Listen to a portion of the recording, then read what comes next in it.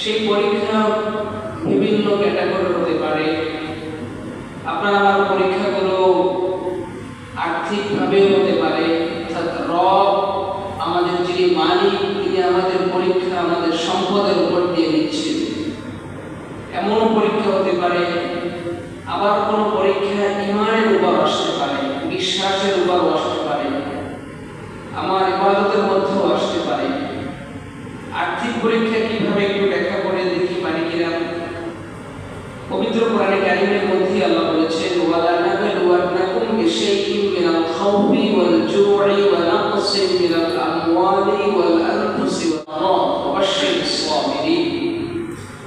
আল্লাহ পাক নিজেই বলেছেন, ওয়ালা নাবলুওয়ান্নাকুম, আমি তোমাদের থেকে পরীক্ষা নেব, বিশাইইন মিনাল খাউফ, খাউফ শব্দের অর্থ হচ্ছে ভয়। কখন আমি তোমাদেরকে ভয় ভীতির মাধ্যমে পরীক্ষা নেব। সেই ভয় ভীতি বিভিন্ন ধরনের হতে পারে। অনেক সময় বজ্রপাত হয়, আমরা ভীত সন্ত্রস্ত হয়ে যাই। আমরা স্বাভাবিক ভাষায় যেটাকে বলি খারাপ করে, আকাশে মেঘ গর্জন দেয়, এক্ষেত্রে আমরা অনেক সময় ভীত সন্ত্রস্ত হয়ে পড়ি। এই ভয়ের মাধ্যমে আল্লাহ পাক আমাদের থেকে পরীক্ষা নেন। ওয়াল জু' অর্থ ক্ষুধার্ত, আল্লাহ পাক আমাদের থেকে ক্ষুধার মাধ্যমে পরীক্ষা নেন। ক্ষুধার মাধ্যমে পরীক্ষা কিভাবে? আমাকে আল্লাহ পাক অনাহার রাখতে পারেন, খাদ্যের সংকট রাখতে পারেন, এভাবে আল্লাহ পাক আমার থেকে পরীক্ষা নেন। ওয়ালা নাবলুওয়ান্নাকুম বিশাইইন মিনাল খাউফি ওয়াল জু'i ওয়া নাকসিন মিনাল আমওয়াল, আমার সম্পদের উপর থেকে আল্লাহ পাক পরীক্ষা নিতে পারেন। সম্পদের উপর থেকে কিভাবে পরীক্ষা? সম্পদ যে আল্লাহ পাক আমাকে দান করেছেন, এই সম্পদের উপরে আল্লাহ পাক বিভিন্ন ধরনের বিপদ আপদ দিতে পারেন। আমি ব্যবসা করতেছি, আমার সেই ব্যবসার মধ্যে, আমার দোকানের মধ্যে হয়তোবা আগুন লাগতে পারে। আমি বাসায় থাকতেছি, আমার বাসার মধ্যে আগুন লাগতে পারে। অথবা আমার অন্য কোনো ব্যবসা প্রতিষ্ঠানে লক্ষ লক্ষ টাকা ইনভেস্ট করেছি আমি, আল্লাহ চাইতো কোনো একটা বিপদ আসার কারণে সব কিছু ধ্বংস হয়ে যেতে পারে।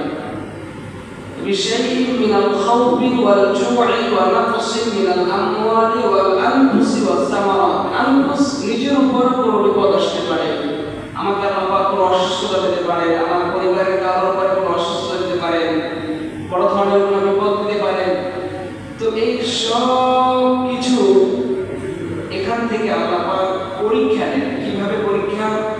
যে বান্দাকে আমি খারাপ অবস্থার মধ্যে রাখবো, বিপদে রাখবো, অসুস্থতা ফেলে দেবো, মহামারীতে আক্রান্ত করবো, তো এর মধ্যে বান্দার সাথে আমার সাথে কেমন সম্পর্ক সেটা আল্লাহ পাক দেখতে চান।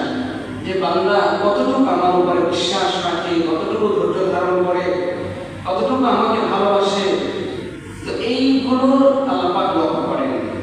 তো এভাবে বান্দার উপর থেকে আল্লাহ পাক মালের পরীক্ষা নেন। ঈমানের পরীক্ষা কিভাবে? বিশ্বাসের পরীক্ষা কিভাবে? নবীদের বিশ্বাসের পরীক্ষা ছিল এক ধরনের, আমাদের বিশ্বাসের পরীক্ষা হচ্ছে আরেক ধরনের। কিভাবে? ইব্রাহিম নবীর কথা আমরা সবাই জানি, তিনি ঈমানের পরীক্ষা দিয়েছেন নমরুদের কাছে। নমরুদ তাকে বলেছিল, আমি হলাম আল্লাহ, আমাকে তুমি রব বলে বিশ্বাস করো, আমাকে তুমি আল্লাহ বলে স্বীকার করো। ইব্রাহিম নবী বলেন, না, ক্বালা রাব্বিয়াল্লাযী ইউহয়ী ওয়া ইউমীত, আমার রব তো তিনি, যিনি আমাকে জীবন দিয়েছেন, যিনি আমাকে মৃত্যু দিবেন তিনি। নমরুদ বলে, না, আনা উহয়ী ওয়া উমীত, আমি মানুষ বাঁচাই, আমি মানুষকে মৃত্যু দেই, আমি হলাম তোমার রব। কিভাবে তুমি মানুষ বাঁচাও? বলে, কারো উপর যদি ফাঁসির রায় হয় আমি চাইলে তাকে মাফ করে দিতে পারি, আবার কারো উপরে যদি ফাঁসির রায় নেই, ভালো মানুষ চাইলে হত্যা করতে পারি, এইভাবে আমি মালিক, আমি হলাম তোমার রব। ইব্রাহিম নবী বলে, না, এটা হতে পারে না, আমার রব যদি তুমি হও তাহলে শোনো। ক্বালা ফাইন্নাল্লাহা ইয়াতি বিশ-শামসি মিনাল মাশরিক, আমার রব তো পূর্ব দিক থেকে সূর্য উঠায়, বাতি বিহা মিনাল মাগরিব, তুমি যদি আমার রব হও তাহলে পশ্চিম দিক থেকে সূর্য উঠে দেখাও। ইব্রাহিম নবীর এই কথা শুনে নমরুদ ফাবুহিতাল্লাযী কাফার, সে তখন হতবিহ্বল হয়ে গিয়েছে, হতভম্ব হয়ে গিয়েছে, হতবুদ্ধি হয়ে গিয়েছে, সর্বকাশ সেজে গেছে যে না আসলেই তো ইব্রাহিম যুক্তিসঙ্গত কথা বলেছে। কিন্তু নমরুদ 400 বছর রাজত্ব করে, সে লজ্জা তো মেনে নিতে পারে না, বলে না আমি তোমাকে হত্যা করব। কিভাবে হত্যা করব? বুখারীর বর্ণনা এসেছে তাকে অগ্নিকুণ্ড স্থাপন করে সেখানে নিক্ষেপ করা হয়েছিল। ইব্রাহিম অগ্নিকুণ্ডে নিক্ষিপ্ত হওয়ার পরেই বললেন হাসবুনাল্লাহু ওয়া নি'মাল ওয়াকিল, নি'মাল মাওলা ওয়া নি'মান নাসীর। আমাকে সাহায্য করবেন আমার আল্লাহ, আমাকে সাহায্য করবেন একমাত্র আমার মালিক, সুতরাং নমরুদ তোমার সাহায্য করার দরকার নেই। আল্লাহ পাক এই কথাটা বেশি পছন্দ করেছেন।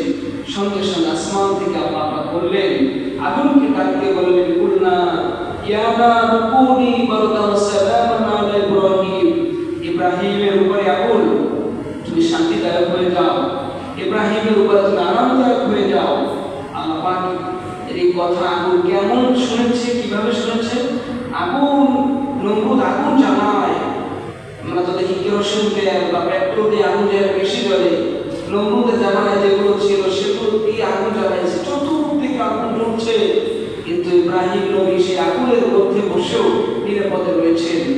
তো এই নবীদের উপরে একের পর এক ঈমানি পরীক্ষা এসেছে। যাদের পরীক্ষা ছিল এক ধরনের, আমাদের পরীক্ষা একটু ব্যতিক্রম। কেমন?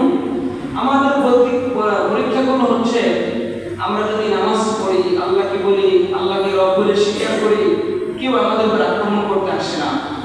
স্বাভাবিক দৃষ্টিতে সে ফিলিস্তিনের কথা ভিন্ন, তাদের উপর আক্রমণ হয়, কিন্তু আমরা দেশে বাংলাদেশি, আমাদের উপরে এমন কোনো বিপদ আসে না যে আমরা নামাজ পড়তেছি আমাদের উপরে হামলা হয়েছে, আমাদের কেউ নামাজ পড়তে দিবে না, আমাদেরকে আল্লাহ বলে ডাকতে দিবে না, এমনটা হয় না। কিন্তু আমাদের উপরে ইমানি পরীক্ষা কেমন? আমাদের উপরে ইমানি পরীক্ষা হচ্ছে নফস আছে, নফস তিন প্রকার, নফসে লাওয়ামা, আম্মারা, মুতমাইন্না। এই নফসের মধ্যে সবচেয়ে একটি নির্দিষ্টতম নফস হচ্ছে লাওয়ামা। সেই নফস অন্তর আমাদেরকে খারাপ কাজের দিকে নিয়ে যায়, গুনার দিকে নিয়ে যায়, ভুল পথের দিকে নিয়ে যায়, আমাদেরকে ভুল মেসেজ দেয়। পাশাপাশি নফসের সাথে আরেকটা আমাদের শত্রু, সে খুব বেশি কাজ করে, সে হচ্ছে শয়তান। শয়তান আমাদেরকে ধোঁকা দেয়, ভুল পথে নিয়ে যায়, ভুল মেসেজ দেয়, ভুল জিনিস বুঝিয়ে দেয়। তো এই নফসের কথা বলতেছিলাম, সেই নফসের ধোঁকা থেকে নবীরাও মুক্ত ছিলেন না। ওমা উবারিউ নাফসি ইন্নান নাফসা লাআম্মারাতুম বিসসুই ইল্লা মা রাহিমা রাব্বি। ইউসুফ নবী বলেছিলেন যে জুলেখা আমাকে যে ফুসলিয়েছে, যে ধোঁকার পথে নিয়ে গিয়েছিল, যে প্রচার করেছিল, যে খারাপ কাজের জন্য আমাকে আহ্বান করেছিল, আমার নফস সেদিকে মাইল হয়ে যাচ্ছিল, ধাবিত হয়ে যাচ্ছিল, কিন্তু আমার রব আমাকে সাহায্য করেছে। নবীরা যদি নফসের ধোঁকায় পড়ে, আপনি আমি সাধারণ মানুষ, আমাদের পড়াটা অনেক বেশি বড় বিষয় না, খুবই ছোট বিষয়। তো আমরা যেহেতু মানুষ, আমরা যেহেতু ইমান মানে মুসলমান, আমাদেরকেও নফস ধোঁকা দেয়। সেই নফসের ধোঁকায় পড়ে আমরা গুনার স্রোতে ভাসতে থাকি, অন্যায়ের স্রোতে ভাসতে থাকি, অপরাধের স্রোতে ভাসতে থাকি। তো এই অপরাধ যখন বেড়ে যায়, অপরাধ যখন বেশি হয়ে যায়, তখন আল্লাহ পাক তো দয়ার আল্লাহ, আল্লাহ পাক তো মহব্বতের আল্লাহ, তিনি তো বান্দাকে সবচেয়ে বেশি মহব্বত করে সৃষ্টি করেছেন। আপনি হাদিসটা আমি যতবার বলি ততবার মানে হতভম্ব হয়ে যায় যে আল্লাহ পাক পুরো কায়নাত, পুরো পৃথিবী, পুরো মাখলুকাত তিনি তার কোন ভয়াবহ একটা শব্দ দিয়ে বানাইছেন, ফেরেশতা দিয়ে বানাইছেন।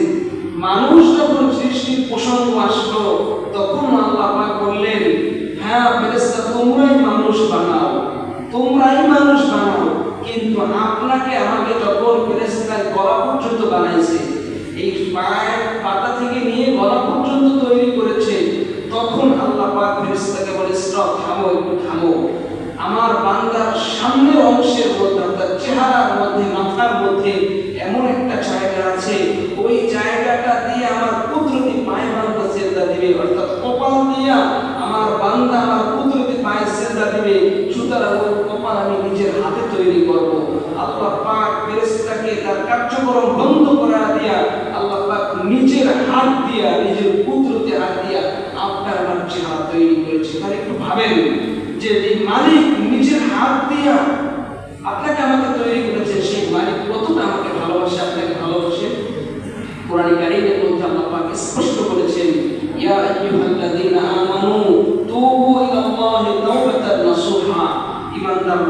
বিশ্বাসীরা ভুল করেছো, অন্যায় করেছো, অবিচার করেছো, নফসের ধোঁকায় পড়ে, শয়তানের ধোঁকায় পড়ে ভুল পথে গিয়েছো, সব কিছুই আমি আল্লাহ মানলাম, বুঝলাম, কিন্তু তোমরা আমার কাছে খালেস দিলে, বিশুদ্ধ দিন আমার কাছে তওবা করো, আমি আল্লাহ তোমাদের তওবা কবুল করব।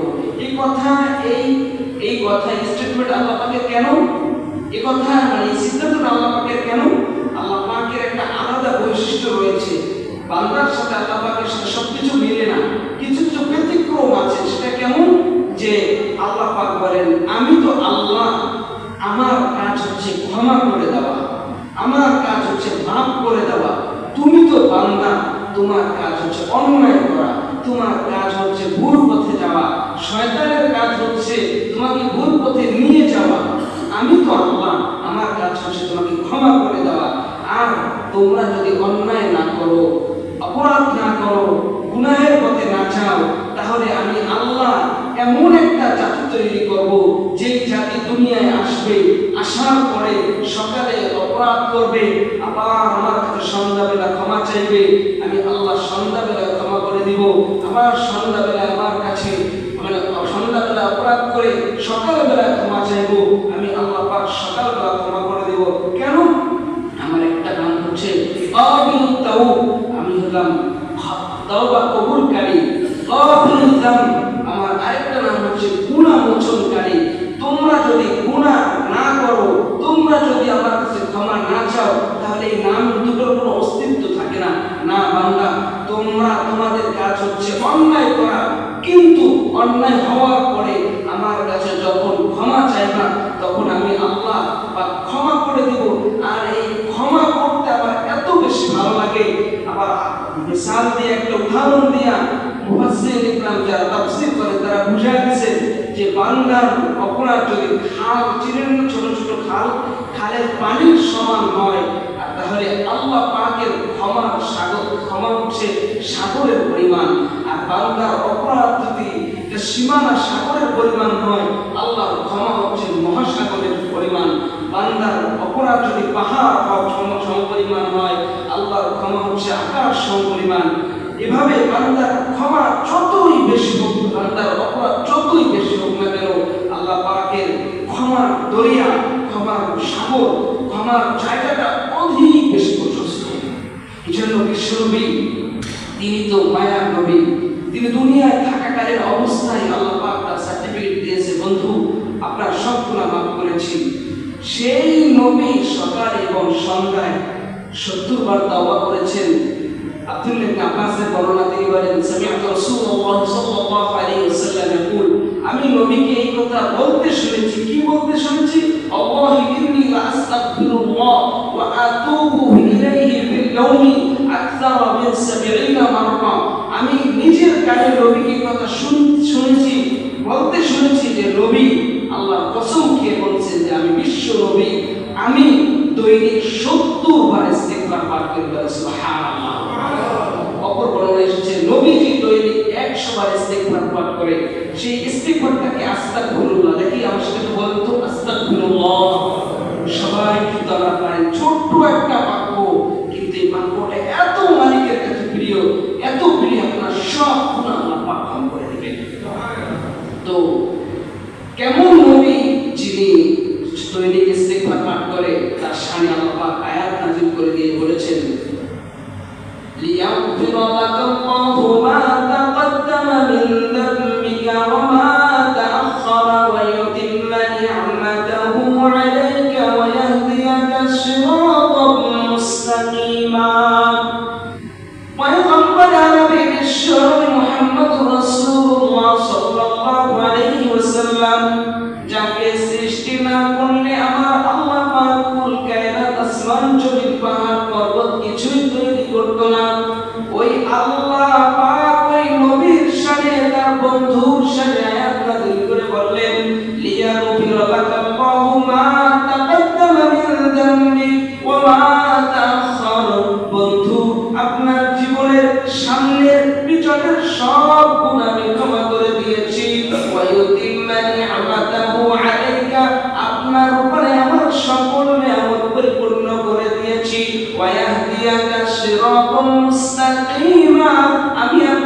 সহজ সরল পথের পথ প্রদর্শন করেছি। যেই নবীর শানে আল্লাহ আয়াত নাযিল করে বলে, বন্ধু আপনার সব গুনাহ মাফ করেছি, ওই বন্ধু ওই নবী যদি দৈনিক 70 বার, অপর রাওয়ায়াতে এসেছে 100 বার ইস্তিগফার পাঠ করে, তাহলে আপনার আমার জন্য কত বেশি ইস্তিগফার পাঠ করা উচিত? অনেক বেশি ইস্তিগফার পাঠ করা উচিত, অনেক বেশি ইস্তিগফার পাঠ করা উচিত। এই তাওবা কবুল করার সময় আছে, দুইটা সময় যখন চলে আসবে আর তাওবা কবুল হবে না, কামিও কাজ হবে না, বহু চেষ্টা করলেও কাজ হবে না। একটা সময় হচ্ছে মাতাল গরগরানি যখন চলে আসবে, মালাকুল মউতকে আপনার চোখে দেখে ফেলেছেন, কাছে চলে আসছে, আপনার শরীর থেকে জানটা বের হচ্ছে, এমন সময় যত তওবা করেন কোনো তওবা কাজ হবে না। ফিরাউনের নাম শুনছেন না? ওই ফিরাউনকে আল্লাহ পাক লোহিত সাগরের মধ্যে ডুবাইয়া মারা শুরু করলেন, পানি খেতে খেতে খেতে পেট ভরে গেছে। এখন আল্লাহকে ডেকে বলে, আল্লাহ আনা মিনাল মুসলিমিন, আমি তোমার কাছে আত্মসমর্পণ করি, তোমাকে আল্লাহ বলে ডাকি, তুমি আমাকে মাফ করো। আল্লাহ বলে, আর সুযোগ নেই, তোমার বাঁকাল দরকারি চলে আসছে, মৃত্যুর সময় চলে আসছে, আর কাজ হবে না, আর সুযোগ পায় না ক্ষমা। আবার হাত্তা তাতলু আশ-শামসু মিন মাগরিবিহা, যেই দিন কিয়ামত শুরু হয়ে যাবে, পশ্চিম দিক থেকে যখন সূর্য উঠবে, এখন তো সূর্য ওঠে কোন দিক থেকে?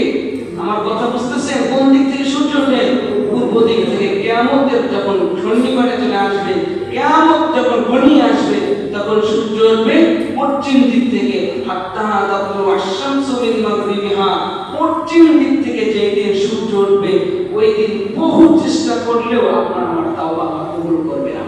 এজন্য সময় থাকতে বাড়িকে কাছে তাওবা করা, আর তাওবা করার পরে যারা পরিমাণ ঈমান নিয়ে যে কবরে যাইব, তার জন্য কেমন সুসংবাদ!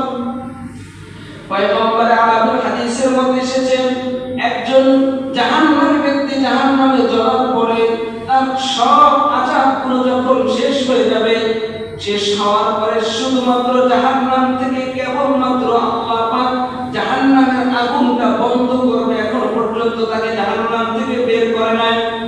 এমন সময় ওই বান্দাটা চিৎকার মেরে বলবে, তাবারাকাল্লাযী নাজ্জানি মিনকি, লাকাদ আ'তানি আল্লাহু শাইআন মা আ'তাহু আহাদান মিনাল আউওয়ালিন ওয়াল আখিরিন।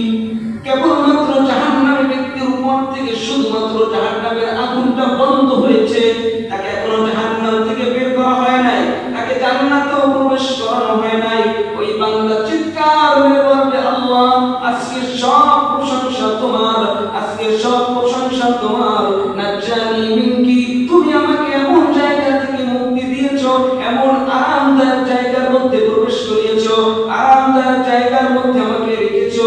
আল্লাহ আমার পূর্বে কেউ এত আরামদায়ক জায়গার মধ্যে ছিল না, অথচ বান্দাটা এখনো পর্যন্ত জাহান্নাম থেকে বের হতে পারে নাই, জাহান্নামের মধ্যে রয়েছে, শুধুমাত্র আগুন বন্ধ হয়েছে। এরপরে আল্লাহ পাকের কাছে আল্লাহ পাক বান্দার সাথে মহব্বতের আচরণ তৈরি করবে। বান্দা রয়েছে জাহান্নামের মধ্যে, আল্লাহ পাক তার সামনে তুরফাউ লাহু শাজারাতুন, একটা গাছ তৈরি করে দিবেন, একটা গাছ তুলে দেবেন জাহান্নাম থেকে। সেই গাছটা যখন জাহান্নামের ব্যক্তি দেখবে, তখন সঙ্গে সঙ্গে আল্লাহকে ডেকে বলবে, ইয়া রাব্বি আদিনি মিন হাদিহিশ শাজারা ওয়া আস্তাদিল্লা বিদিল্লিহা ওয়া আশরাবা মিন মাইহা। আল্লাহকে ডেকে বলবে, আল্লাহ আমাকে একটু গাছের কাছে নিয়ে যান, ওই গাছের ছায়া থেকে আমি একটু ছায়া গ্রহণ করব, ওই গাছের পাশে যে ঝর্ণা আছে, ওই ঝর্ণা থেকে আমি একটু বাতাস খাবো, একটু পানি পান করব, ঝর্ণার পানি পান করব। আল্লাহ পাক জাহান্নামের ব্যক্তিকে জিজ্ঞেস করবে, তোমাকে যদি জাহান্নাম থেকে বের করে গাছের কাছে নিয়ে যায়, তুমি কি আমার কাছে আর কিছু চাইবে না? তখন বান্দাটা বলবে, আল্লাহ আর কিছু চাই না, শুধুমাত্র একমাত্র ওই গাছটার কাছে যেতে চাই, আর কিছু আপনার কাছে চাই না। মালিক তো দয়ার মালিক, তাকে বের করে সেই গাছের কাছে রাখবে। এরপরে আবার যখন আল্লাহ পাক তার সাথে মহব্বতের আচরণ তৈরি করবেন, তখন তুম্মা তুরফাউ লাহু শাজারাতুন, আরেকটা গাছ তার সামনে তুলে ধরবেন, ইয়া আহসানু মিনাল উলা, যে গাছটা প্রথম গাছের চাইতেও আরো চোখ ধাঁধানো, দৃশ্য মনোমুগ্ধকর দৃশ্য, দেখতে সুন্দর। বান্দা এই সুন্দর দৃশ্য দেখে সহ্য করতে পারবে না, আল্লাহকে ডেকে বলবে ওয়াস্তাযিল্লা বিযিল্লিহা ওয়া আশরাবা বিমাইহা, আল্লাহ ওই গাছের কাছে একটু নিয়ে যান, ওই গাছের ছায়ায় একটু বসার সুযোগ করে দেন, ওই ঝর্ণা থেকে একটু পানি পান করার ব্যবস্থা করে দেন। আল্লাহ পাক তার এই দোয়া কবুল করবে। কিন্তু আল্লাহ জিজ্ঞেস করবে তোমাকে যখন এই গাছের কাছে নিয়ে যায় তুমি কি আমার কাছে আর কিছু চাইবে? তখন বান্দা বলবে আল্লাহ আপনাকে আর ডাকবো না, আপনার কাছে আর কিছু চাইবো না, শুধুমাত্র এই গাছের কাছে একটু যেতে চাই। এরপরে আল্লাহ পাক দ্বিতীয় গাছের কাছে নেবেন, নেওয়ার পরে আবার মহব্বতের আচরণ তৈরি করবেন। আল্লাহ পাক সুম্মা তুরফাউ লাহু শাজারা ইনদা বাবিল জান্নাহ, জান্নাতের কাছে একটা গাছ তৈরি করে দিবেন। সেই গাছটার দিকে একই কথা বলবে ওয়াস্তাযিল্লা বিযিল্লিহা ওয়া আশরাবা বিমাইহা। এরপরে যখন জান্নাতের পাশের গাছের কাছে জাহান্নামী ব্যক্তিরা যাবে, বসার পরে আল্লাহ পাক তাকে একটু ফেরেশতাদেরকে বলবে আমার এই বান্দাকে একটু জান্নাতের গেটের দিকে বসাও, যেন বান্দাটা ওই জায়গায় বসে যেন জান্নাতের গেট দেখতে পারে। এরপরে ফেরেশতা তাকে ঘুরিয়ে জান্নাতের গেটের দিকে বসিয়ে দিবে।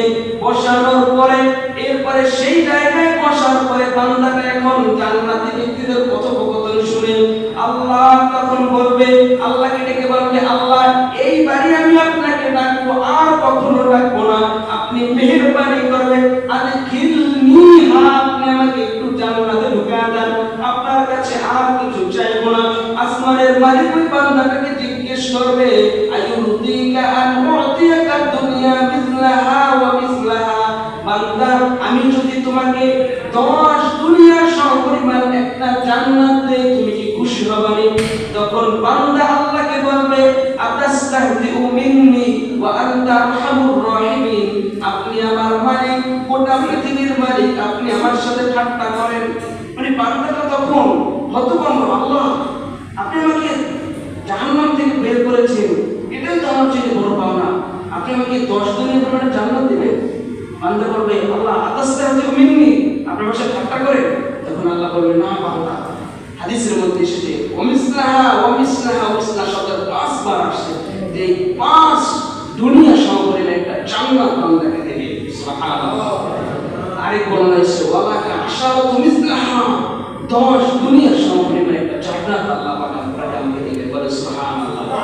এই জান্নাতটা কারা পাবে? যারা অপরাধ করবে, অন্যায় করবে, ওই সব পাপে ওই সব অপরাধগুলো জাহান্নামে আগুনে জ্বলে মুছে যখন ধীরে সাথে তখন আল্লাহ পাক দেবে। এজন্য ওই জাহান্নামে যাওয়ার আগে দুনিয়া থেকে প্রত্যেকটা অপরাধের জন্য আল্লাহর কাছে ক্ষমা চাইতে পারি। এজন্য তাওবার কথা বলা হলো। আল্লাহ পাক আমাদের সকলকে ছোট আমল আস্তাগফিরুল্লাহ এতটুকু পাঠ করার তৌফিক দান করুন। আমিন।